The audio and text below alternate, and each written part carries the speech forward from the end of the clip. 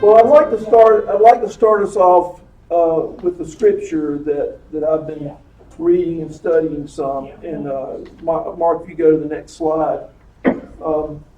This is an interesting scripture. And it says, but we know that the law is good. We've been talking about the law, right? Constitution, the law. If one uses it lawfully, realizing the fact that the law is not made for the righteous. Why? Because the righteous people are going to they're going to try to do what is right. Okay? But for those who are lawless and rebellious. And then it starts listing a list of things that represent lawlessness or rebelliousness. For the ungodly and sinners. For the unholy and profane.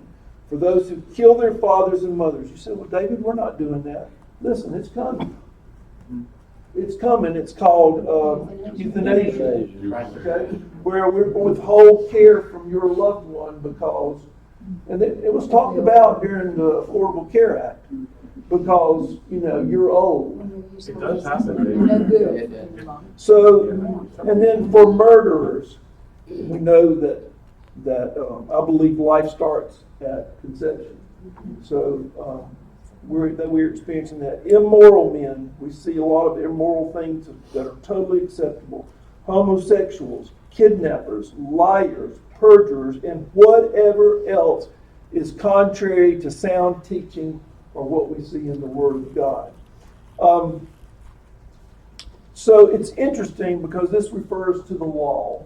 And it says the law is for the people who are lawless and rebellious, and that's what laws are for, to help keep those people in line. But it's interesting that our country seems like it's upside down because we now have laws that allow the very things that are listed here. Okay? The more, Mark was sharing with us last week, that the more laws we have, the less freedom we have. He didn't say it exactly like that. What was your liberty? The less liberty related. Okay, so I believe you can't legislate morality, but I think what we have happening, I think we see that laws are being made to accommodate people's sin. All right, just like. And I'll make the correlation between the Bible and the Constitution. The Bible is God's Word. The Constitution is a man-made document. Okay, I want to make that clear. The Bible is God's Word. And I believe it means what God intended it to mean. I don't believe it changes over time. But we have a progressive group of denominations that think the Bible is progressive and it changes. And they change the interpretation of it to accommodate their misbehavior or their sin.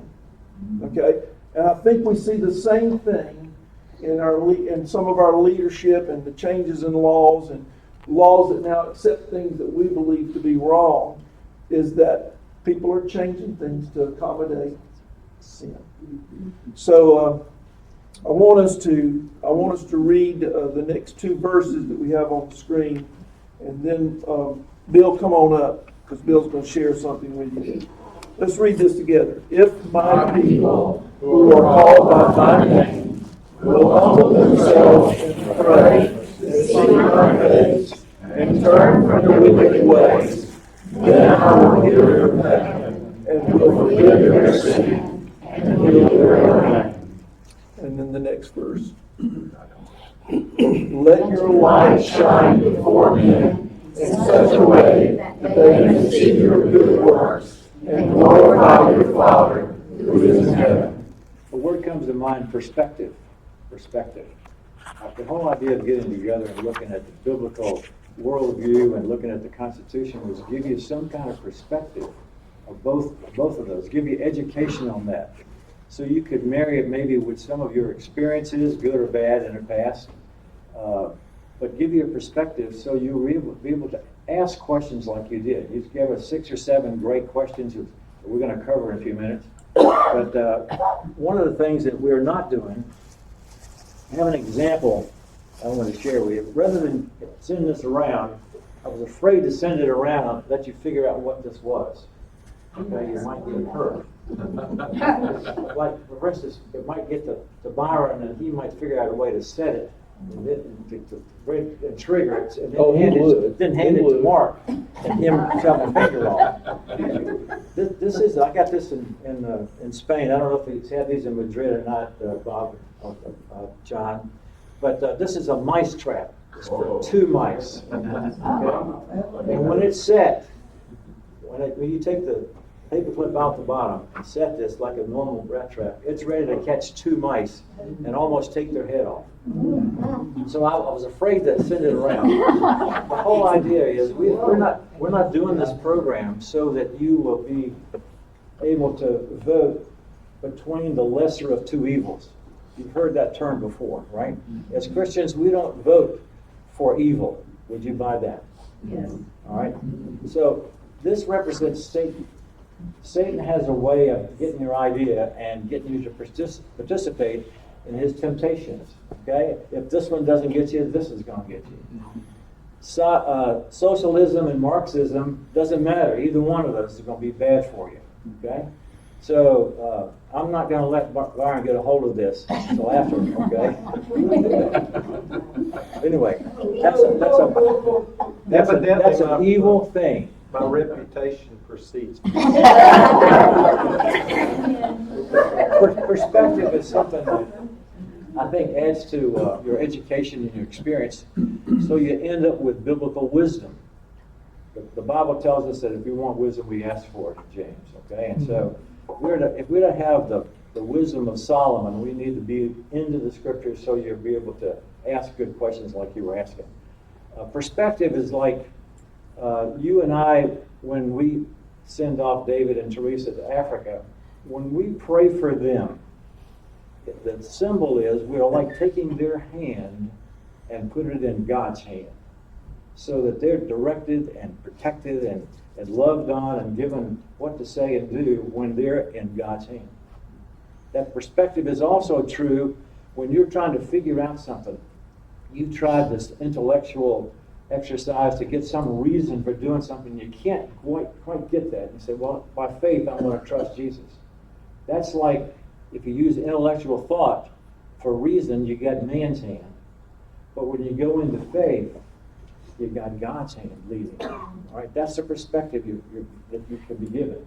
So the whole idea of the class was to give you some perspective, to ask questions. The questions that you guys sent in were pretty good. They were. There was a little bit of overlap. We condensed a little bit, but this is the gist of what was sent in. On question 1, there appears to be a current gross misspending of taxpayers' monies being taken away from Peter to pay Paul, so to speak. And it doesn't appear that any approval is needed by Congress, at least during the current administration's rule. How can agencies do that? Well, they did grant the power. Congress has the power of the purse, which means they can attach strings to how the money is spent, or they can delegate authority to another body in how they spend it. And instead of them being responsible for it, they'll create an agency over here on the side somewhere, and they'll tell them what to do, and then they'll blame them for what the results are. That way they keep their hands off and they stay semi-clean. For the normal population, they don't equate the two. They're going to be mad at whoever was delivering the message, not the ones who empowered the message. Does that make sense? Okay. All right, so once a bill is signed into law, Congress can delegate discretion to empower others to act on a subject. Congress grants the authority to act on behalf of the people. It all originates with a bill passed by Congress, so you got to read the fine print and what they said. And a lawsuit could be filed concerning the constitutionality of the act of Congress, including the spending. But that takes time to work its way through the system. And by the time that goes through 2 or 3 years before you get to the right court, then they've already done the deed. It's after the fact. And therein lies the problem. You got to prevent it rather than react to it. And our congressmen are not preventing. Okay. I'll give an example. An example of that is the Congress passed the Affordable Care Act. We commonly know it as the Obamacare. It's also the Marketplace, and part of that legislation included that you had to have insurance. You were required, mandated to carry insurance. And that went to the Supreme Court, and that was the premise of the whole the whole bill was to make everybody included, so that everybody had to pay. And the Supreme Court said, no, you can't do that. So they struck that one part of the bill out. So, but there's a lot that could be brought that is not brought. Right. And they said, to find out what's in the bill, you gotta let us pass it before you can read it. You remember that? That is a main, that's just wrong, okay? All right, so the Constitution, the issue is not does Congress have the power to delegate. The issue is, does the Constitution grant the power to Congress to tax, spend, or regulate on the issue itself from the beginning? Does that make sense? We're attacking the last statement because that's where we've fallen. Okay? We don't put people in place that's going to keep their oath of office. Y'all remember all this from weeks ago. The issue is the last sentence. The issue is do they have the power to grant how the money is going to be spent and delegate their power. The issue is, do they have the authority to ever address the issue in the first place by Congress? Are they limited or not? So what's the answer, yes or no? If you believe in original intent, they are limited and cannot take up these subjects. If you believe in the living document, then there is no limit on anything they want to do. So they do whatever they want. So they do whatever they want. And it's up to we the people to enforce it based on who we vote for, who we support, how we educate ourselves, and what kind of force that we are in the system, whether or not we're going to be salt and light or not. I truly believe if God's people will assert themselves and follow His teachings, we can fix this. Sir? So the problem is to elect people who will do what you just said. There aren't any candidates who really align with that. There have been, and the people rejected them because they didn't know what they were doing and did not vote with a biblical lens. And I think it's our sixth question we have. We're going to address that in a little more detail. We had one up there from this church, and he got discouraged and quit. Yeah. And how are we going to prevent that from people like that quitting? When those are the type of people we need in Washington. Well, He said in the beginning, though, that he was only going for 2 terms, and that's what he did. Yeah. He said that. Well, and backing up on using the football analogy, whenever Roger Staubach got hurt, you had Danny White sitting on the sideline ready to go. You say the same thing about Joe Montana and Steve Young from earlier days. Whenever one of them steps aside or gets hurt or is not there anymore, you better have somebody on the bench ready to go in. And God's people better be prepping these people to go, is all I'm saying. We don't put our faith in one person. This is a system we got to take on, okay? This is not about electing somebody that's going to fix this. This is about electing a whole group of people that together are going to stand together, lock arms, and going to do what's necessary. And some of that's going to be painful because there's things that's going to have to be changed. And the opposition is not going to go willingly. And Satan's never going to quit. This is an ever vigilant thing that we have to do. Question 2. What can the average individual do to remind elected officials they swore to uphold the Constitution and laws pursuant to the Constitution? Pursuant means it has to be authorized by the Constitution. They can't go out and go willy-nilly and go do some things. Like the president can't go and tell the military to come and confiscate all the guns that people have who are law-abiding citizens. That's an unlawful order. You have to stand against that. This is going to take some people standing. Y'all remember that little Chinese fellow that was standing up in Tiananmen Square in front of the tank? Yep. You realize what kind of backbone that took, or he's nuts one. He stood in front of a tank, a whole column of them, and stopped it. We're going to have that kind of resolve. And we've never had that in my lifetime. I've never seen it. I've seen a few, but not enough. If we act together, we can stop this and reverse it. It can be done. All right? So how do you do that? As respectfully as possible. I mean, this is a major, hard thing we got to do here, okay? Write handwritten letters or talk directly to your representative. Okay, hang on just a minute. How many have written a handwritten letter to a representative? 3, 4. Well, I'm gonna say 5 or 6, There's but 5. I've done it Okay, so myself. 5 people. A handwritten letter is powerful because it means you took the time rather than just saying, I'm gonna copy and paste and send this on. Emails and stuff are okay, but a handwritten letter, I've been around so many of them, they'll hold one of them up and say, I heard this from my constituent. And this little old lady wrote me a handwritten note. I wrote the president. I've done it too. Handwritten. I've done it too before we went to Iraq without a declaration of war. Okay? So, you got to ask the following questions as well when you talk to them. Where in the Constitution is the act you are for specifically listed so you have the power to even discuss the matter? Make them answer that question. They can't on most of it. It makes them think.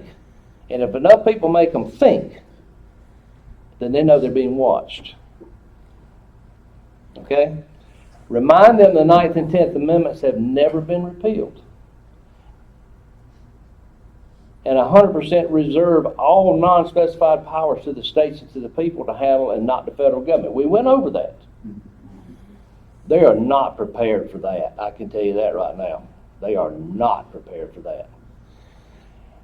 And that this was the original, and when they come back to you, and this was the original intent according to the father of the Constitution, President James Madison, you've got the quotes that were up there on the board. They cannot handle that because it exposes. It's like the emperor has no clothes and you just put a flashlight on him. But more than likely they're going to be stunned by your reasoning because they don't know how to deal with people like you. They just don't. And no answer, and they're going to have no answer other than the Supreme Court has removed the restrictions on specificity, which is on the list, while not amending the Constitution to do so. It's one thing to get a letter, it's another to get 5 of them. It's a whole other matter to get 10 of them because they're not used to this. They're used to people just keeping their head in the sand and just paying taxes and not being citizens. They are not used to it. Just trust me on this. The more contact they have with the people, it has an effect. Because politicians understand 2 things. Now, statesmen are a whole other matter. A statesman is somebody they're honorable and they're going to do what they say they're going to do. There are very few statesmen in this world left. But they're all politicians. They understand 2 things. They understand money and they understand votes. If you tie it into that, you're going to get their attention. Question 3, please explain the difference between a democracy and a republic. Understand, we were designed to be a republic, not a democracy. We were designed to be a constitutional republic of republics, and we're going to get into it. A democracy is where the majority rules over the minority, either through direct voting of the people or via representative government on any subject. A democracy is mobocracy. Okay? It's whatever 51% of the people want to do, that's going to get done. Yeah. That's what they want. Because that changes. It's fluid. You can have an idea today that, I mean, if you were to ask the American people 10 years ago, were they for gay marriage? Every state said no. Change the Constitution. But now, the younger people and all that are coming on in the voting, it's more acceptable to them.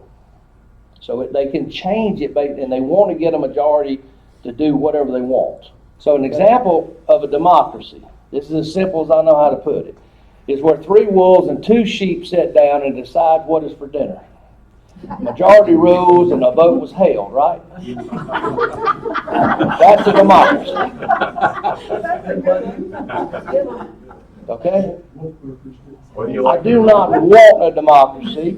The old saying is a pox on democracy. I don't want it. Okay? We were never designed to be that. And I want this country to survive me, my kids, my grandkids to be on down the road. I want it passed on. And I have a duty to do that. Okay, a republic. or short for a constitutional republic of republics, is what we are. It's where the rights of the minorities are protected through law, and that law is the Constitution itself. So we do not have an unrestricted majority rule. Things move slowly through the rule of law, and many rights for all are protected from whatever the majority wants to do at the time. And the majority shifts all the time. They can't take my pistols from me, for example, or my shotguns or my rifles or whatever with the Second Amendment. They're not supposed to be able to limit me from being able to speak in public. They're trying to. But they do. Censorship. But remember, they do try to quell the churches. Yes. And what they can say because they've tied it to. And I don't think anything we've said up here is out of line. We're not supporting a candidate or anything like that, but I still don't even have a problem with that. But the government seems to because they've tied it to the nonprofit status of the church. It's all about, okay, we can control you because we're giving people a tax break for giving to the church. And so that's one of the ways they're able to try to control the churches. But some churches have ignored it altogether. Was that the original intent when it said separation of church and state? There is no separation of church and state listed anywhere in the Constitution. It was a letter that Thomas Jefferson wrote to the Danbury Baptists up in Connecticut, who were paying a state tax at the time to support another denomination. And they didn't want a federal tax to do the same thing.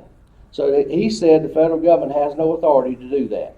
That's all that is. This separation of church and state thing is straight out of hell. It is not part of the Constitution. It is not in there whatsoever, but they use it to scare people into not speaking. Who thought it was in the Constitution? Let's see. Benjamin Franklin was asked a question right outside the Constitutional Convention on what they were given to the people to consider. And he said, a republic, if you can keep it. If you can keep it. Okay? Now, you're not going, if you can do a word scan on the whole United States Constitution, you're not going to find the word democracy because they rejected it. What you're going to find is this, and this is where it's located. Article 4, Section 4. The United States shall guarantee to every state in this union a republican form of government and shall protect each of them against invasion, which they haven't done because we've been invaded across our southern borders. You're crossing in the states, right? And on application of the legislature or the executive when the legislature cannot be convened against domestic violence. So if there's an uprising in a state, the federal government can come in and help squash it back down. Or terrorism. Or terrorism or that kind of thing. And we elect officials to represent us in both the House and the Senate. Originally, the Senate was chosen by the state legislatures of their own states. So there was no direct election of senators. But now that we have that with the 17th Amendment, which I would repeal tomorrow if I had a chance, the constitutional part is the rule of law. They can only do certain things legally. The U.S. government, the federal government creates the United States, which is a republic of republics. Every state is a republic. None of them are democracies. That's what I'm saying. We are a narrow band of what comes under the overall umbrella of democracy for a representative of the people. So, we don't vote on things ourselves. We elect people to do it. So question 4.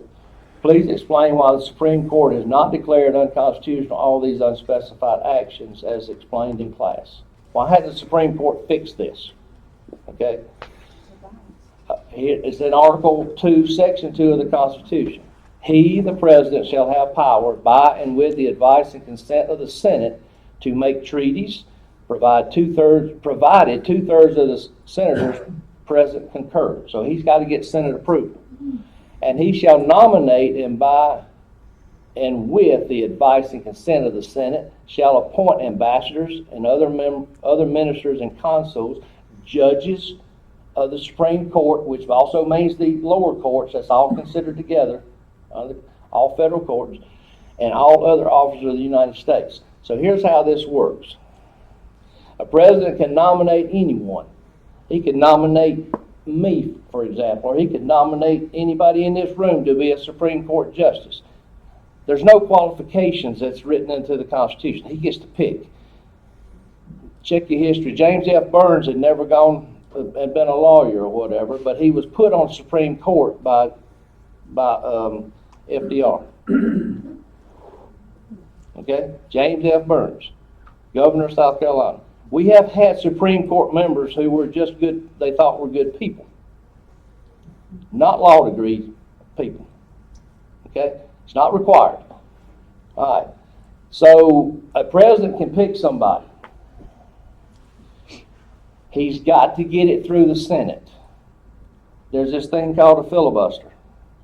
So it takes 60 votes to get it through the Senate. If the Senate doesn't like somebody, the Senate can reject and say, we're not going to let you vote. No, that's not the case anymore. I understand, but historically it has been. We're going to get into that. It is on lower courts. It's not on the Supreme Court right now.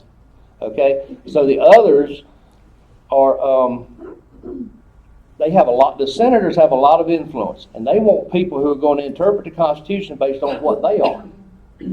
So the president can have the best of intentions and nominate somebody.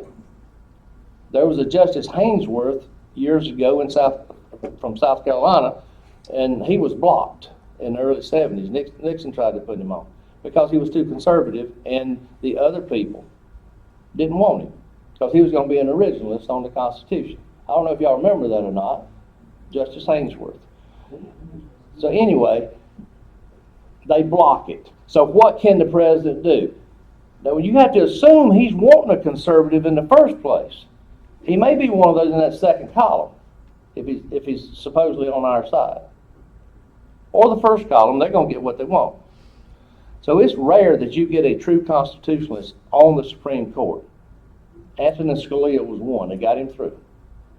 But he's dead. He's not on it anymore. Okay? So the filibuster requires 60 votes for something called cloture. Tell them what filibuster is. A filibuster is where you talk it to death. They get the floor. You have to debate these people on the floor.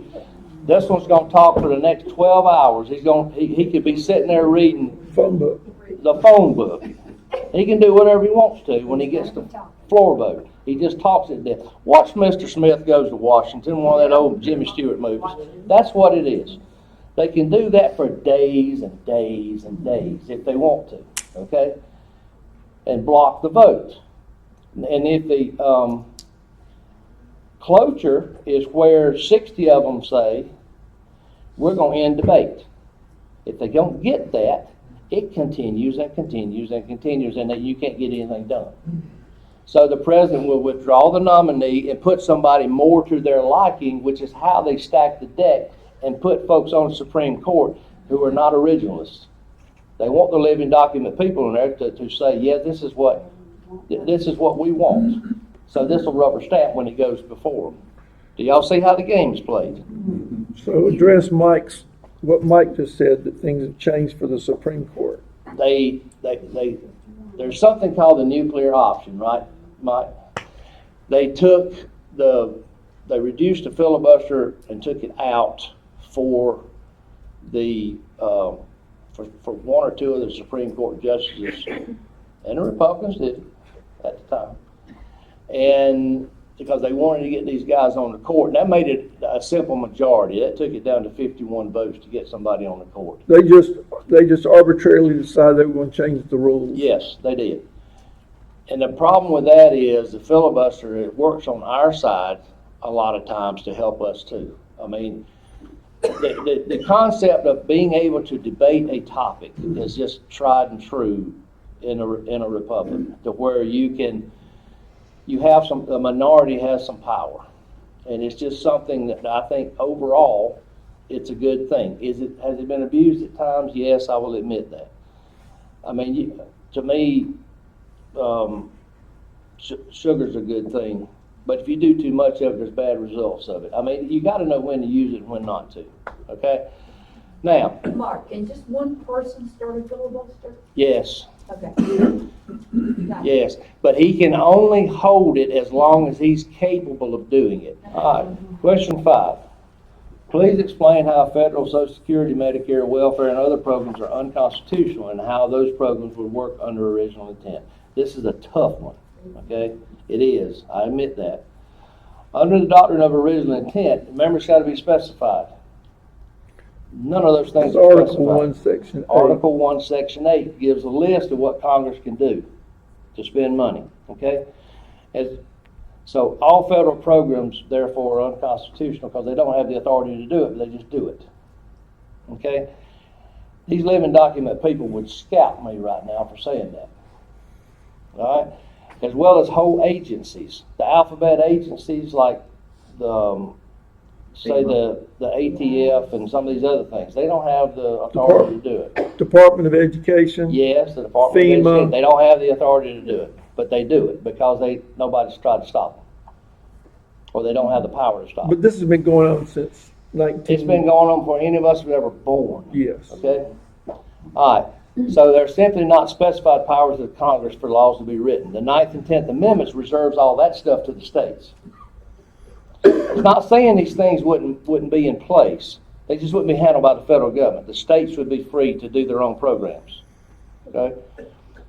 So the states and the people can handle items like entitlement programs, education, welfare payments, foreign aid, foreign subsidies, bailouts, but they don't have the printing press. They can only do what they can pay for. And that's kind of like if you look at California, so much different than South Carolina. That's why we have some people that have moved from California to South Carolina. One of the things that Mark's going to share, and we'll go ahead and get to this, is the entitlement analysis. This will show. Go ahead, Mark. Share Okay. that if you would, because this is going to show you if you had invested your Social Security monies like in this stock exchange versus what we're doing with Social Security. They're not putting that money aside for you. You may have thought they were, but they haven't. You're paying for other people. So I'll let you talk about I'm going to that, sit and use the mouse cursor, okay? Social Security taxes are 12.4% of what's going into your retirement accounts, okay? Plus 2.9, so a total of 15.3% of what you earn while you're working goes into the account. That's between what you and the employer pay. Right. Yes. Half and half. But the theory is if they weren't paying you a part of it, that would be there to give you raises. So the money's yours anyway, if you think about it. It belongs to you. So the 15.3% is what's going into the account to pay for the current system. Now the median income in this country is way above, okay, $30,000 a year. But I picked $30,000 a year. If you earn $30,000 a year for your whole life and never got a raise out of it, just $30,000 a year, the rest of these numbers work, okay? So Social Security taxes would be that. It's about $3,700, and then your Medicare taxes is going to be $870. If you start working at the age of 18, which a lot of people do, they work to the age of 67. That gives them 49 years to work. If you figure a 7% return and buying nothing but the S&P 500 index fund, which is over our lifetimes has been in excess of 10%. So let's back up to 7 to make it safe on what I'm telling you is true. Okay? Then if you invested that in just that one fund, you would have in your Social Security account roughly $1.6 million by the time you retired. If you did the Medicare part, you'd have another $370 million in your $7,000 in your account. Your total would be $1,939,000 in your retirement funds. Now, if you die on the day of your retirement, you get a $255 death benefit out of the Social Security system. Okay, and all the rest of it gone. Okay, now if you have that much money right there, the average life expectancy in America is 78 years. Whenever I look this up, okay, Got 10 more years. and you got your life expectancy. We're talking about averages here. Life expectancy minus the retirement age. So you'd be drawing funds. The average person in America draws funds for 11 years. Okay. The double retirement years, just to say we're going to play the odds and we're going to go double that. Okay, so that's 22 years. You could draw out of those accounts at a reasonable rate of return coming in $173,000 a year. Could you live on that and buy your own insurance? Could you do it? And we're talking about $30,000 a year. Wow. Yeah. A lot of people in this room made a lot more than that in their lifetime. Okay, I'm confused. If you make $30,000 a year, you gotta spend some, so you're not You, gonna have $30,000. you're not putting that, you're taking if you take the percentage on the 15.3 that they're getting anyway, Okay. and just, you could control it. And put it in a private account. Okay. Put it in your own lockbox. Isn't that what they say? A lockbox. It's a joke. Yeah. There is no lockbox. And the Social Security you paid in when you were younger went to pay the generation ahead of you, and the people behind you are paying for the retirees today. That's how it works. It's a Ponzi scheme. All right, now down here, you would get a $24,000 roughly payment. It's about $2,000 what average goes out for Social Security payments. I'm rounding a little bit, but I'm close. So would you rather have 173 and you pay your own insurance and take care of your own self and have something to leave to your heirs? Or would you want to take $24,000 and think you got a good deal? You see what I mean? Now let's look over here at something else. Let's go over here and say we're only going to put 10% in our retirement. The rest of the things are the same, but you retire at 62. Okay? So you got 44 years of work. The rest of it's the same. You would still have $69,000 a year coming in for you for your normal life expectancy times 2. Wow. You're still getting shafted, even at 10%, and you could retire earlier. You play with these numbers all day long. You could probably retire when you're 58, 60 or somewhere along in there and have a real good life the rest of the time you're here. Okay. Social Security is a scam. Now, that's the third rail of politics. If you touch it, you die. Because they're going to stir up everybody out there to bring the heat to you. Okay? But that's the way it works. Anything the government touches, anything the federal government touches outside the Constitution, it's going to raise the cost, lower the value, and shaft the people. You can count on it every time they do You need to make a bumper sticker. All right, we need to move on to the next it. Yeah, we question. need to go on. But I wanted y'all to see that. Okay? Don't be afraid of this. And the thing is it right to indebt the people who are not even born yet to keep this system going? I don't think so. Question 6. How can you make an informed decision on candidates when you lead others to Christ by being salt and light? How do you do it?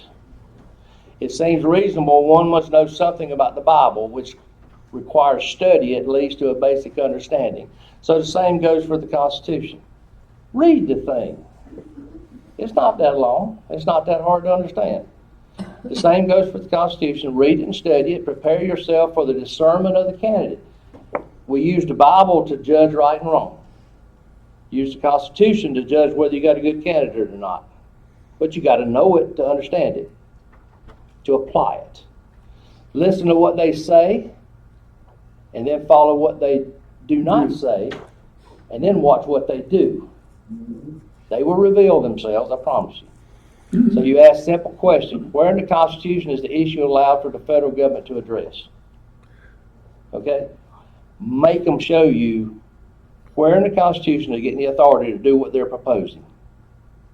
They can't do it most of the time. About 90% of what the federal government does, they can't do that. Don't rely on ads.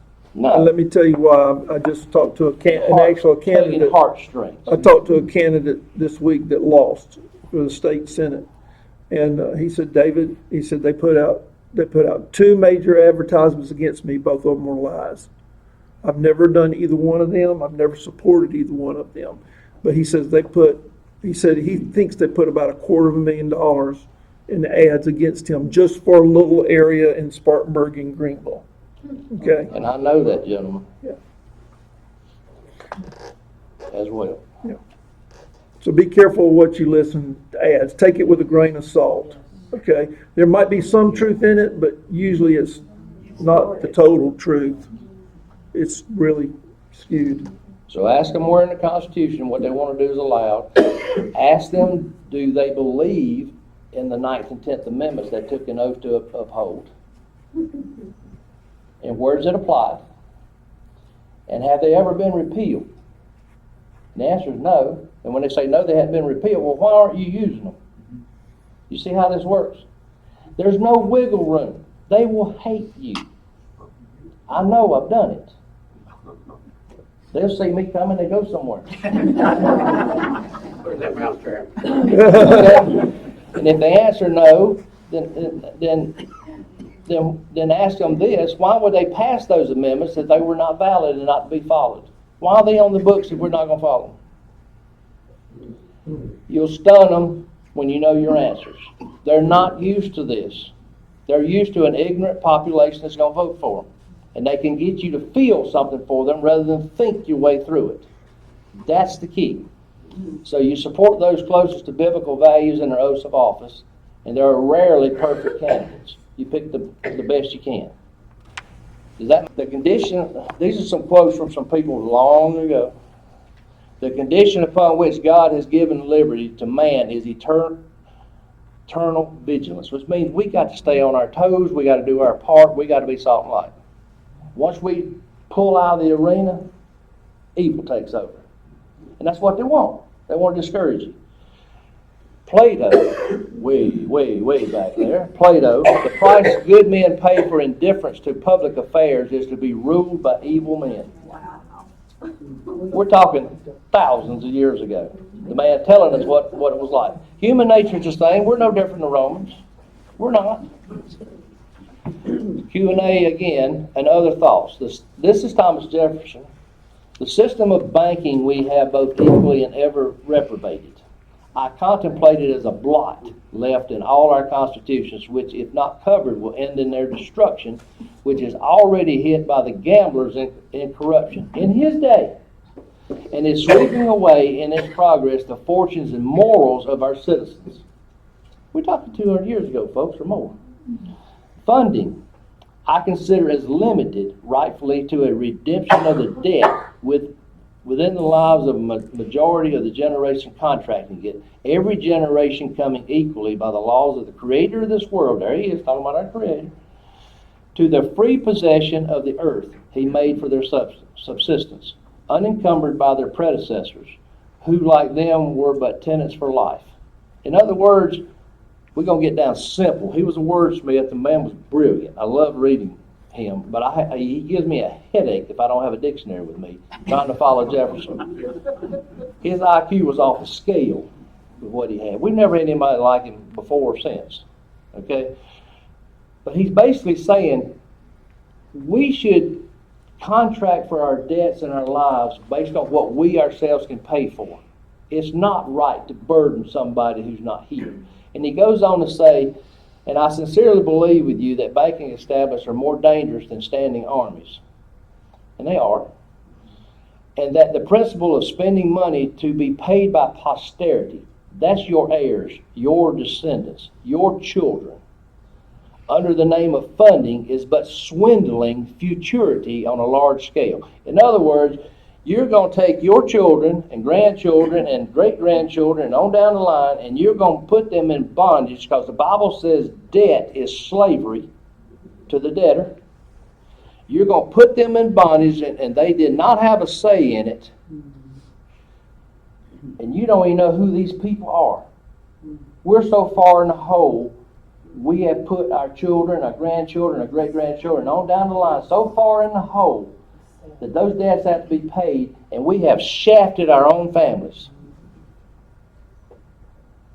That's exactly what he's talking about.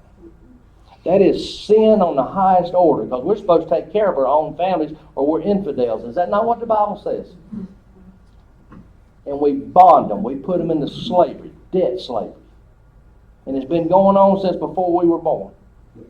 So it was done to us, and we're passing it on to them. How they do it. Did you know incrementalism? These frogs are sitting in this pot, And the one on the left says, my calculations indicate we're slowly boiling alive. And the middle one over there says, I don't feel anything. And the one over on the other side, you're just an alarmist. You're a conspiracy theorist for even suggesting this. And yet they're all in the pot and they're cooking. Welcome to the pot. Incrementalism by the left is the way we got in this mess. How does one eat an elephant? One bite at a time. They've been doing this for years. Mark made this analogy. It's interesting that the GOP is represented by an elephant.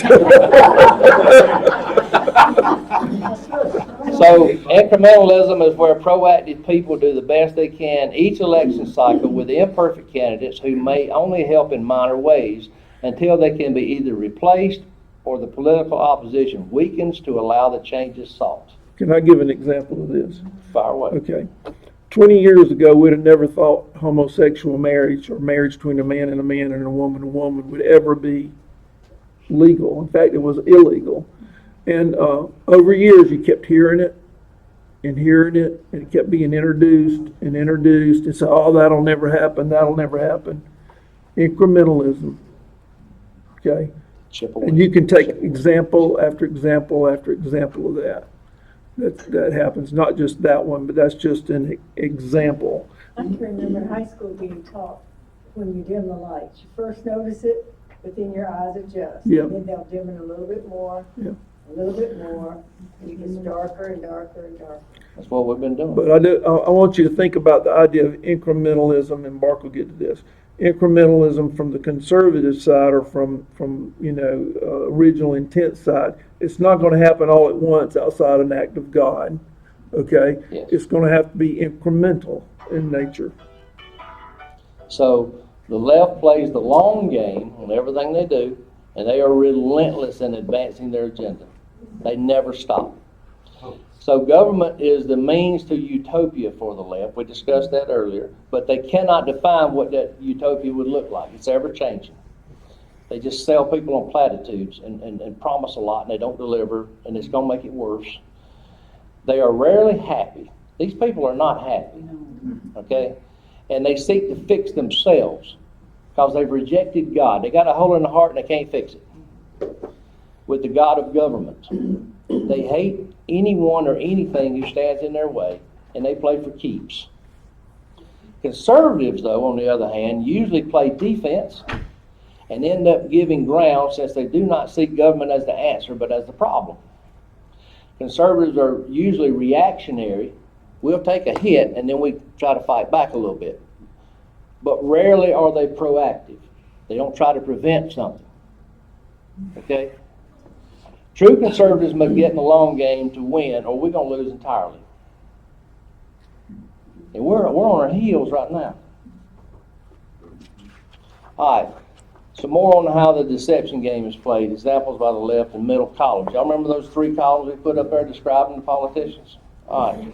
Article 3, Section 2. This is some things that y'all could have seen in your lifetimes if they wanted to.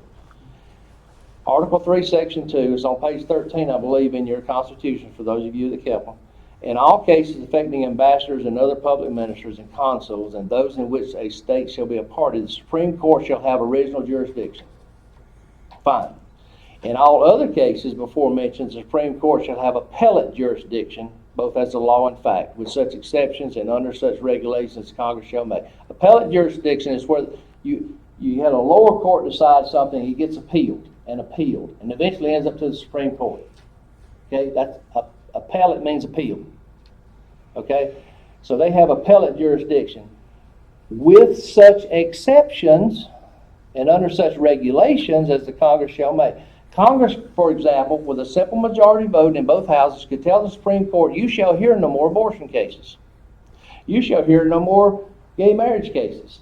You shall hear no more jaywalking cases, whatever it is. They can tell them what they can have and what they cannot in front of them. Congress can do that. Okay? We've had that power forever. Could have done it. Whenever you had a party in power, both houses could have done this to the Supreme Court. Y'all see the power in that?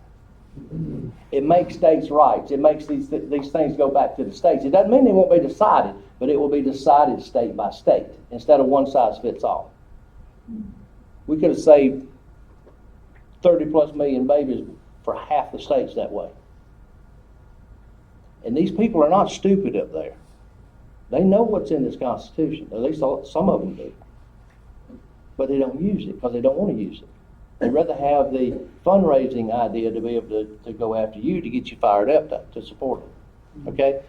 So they redefine words used in law. We can remove it. Oh, that's one more thing. Congress could have stopped abortion years ago by saying that child in the womb is a person. If they're a person, the 14th Amendment kicks in. That applies all laws where they can't be judged and executed without a trial from a jury of their peers. What has this baby done? Nothing. It could have been stopped years ago using the Constitution. Roe versus Wade did not have to be overturned. It was decided wrongly, by the way, and that was corrected. But it didn't have to be overturned. So 2 ways Congress could have dealt with it years ago. And our party, most people in here are going to say whatever.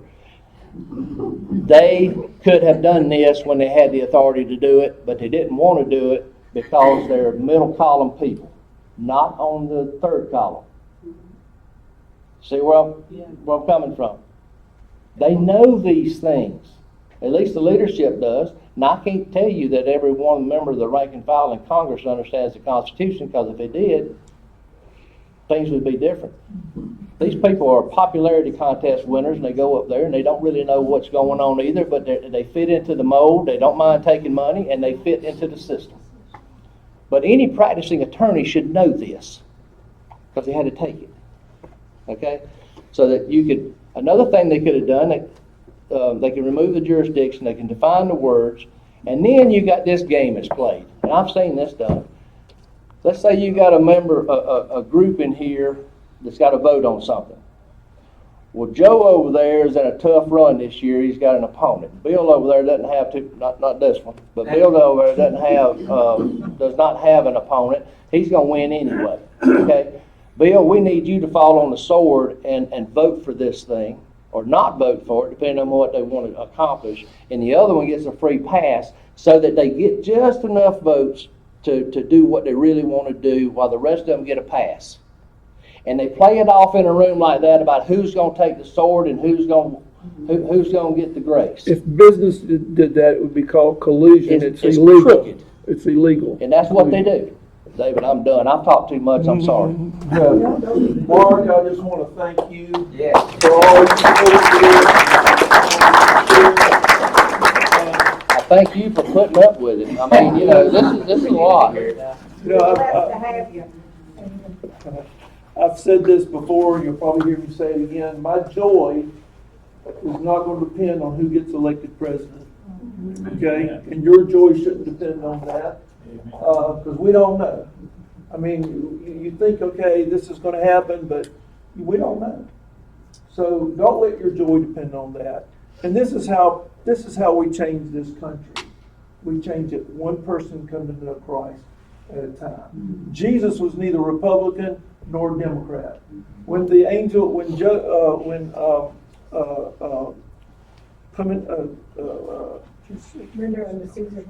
Joshua, when I had to go through the books of the Bible, when Joshua was fixing to go into battle, an angel met him, and the angel was dressed in battle array, and he said, he asked the angel, "Who are you for? Are you for us or against us?" And the angel said, "I'm for neither. I'm from God." Okay, so pray for our country. Share Christ with other people. That's the most important thing we can do. Yes. Okay? That's the most important thing we can do. You're not going to change somebody by beating them over the head. You can have discussions like we've talked about, but share Christ. It's God that draws people to Christ. All we can do is just share our testimony.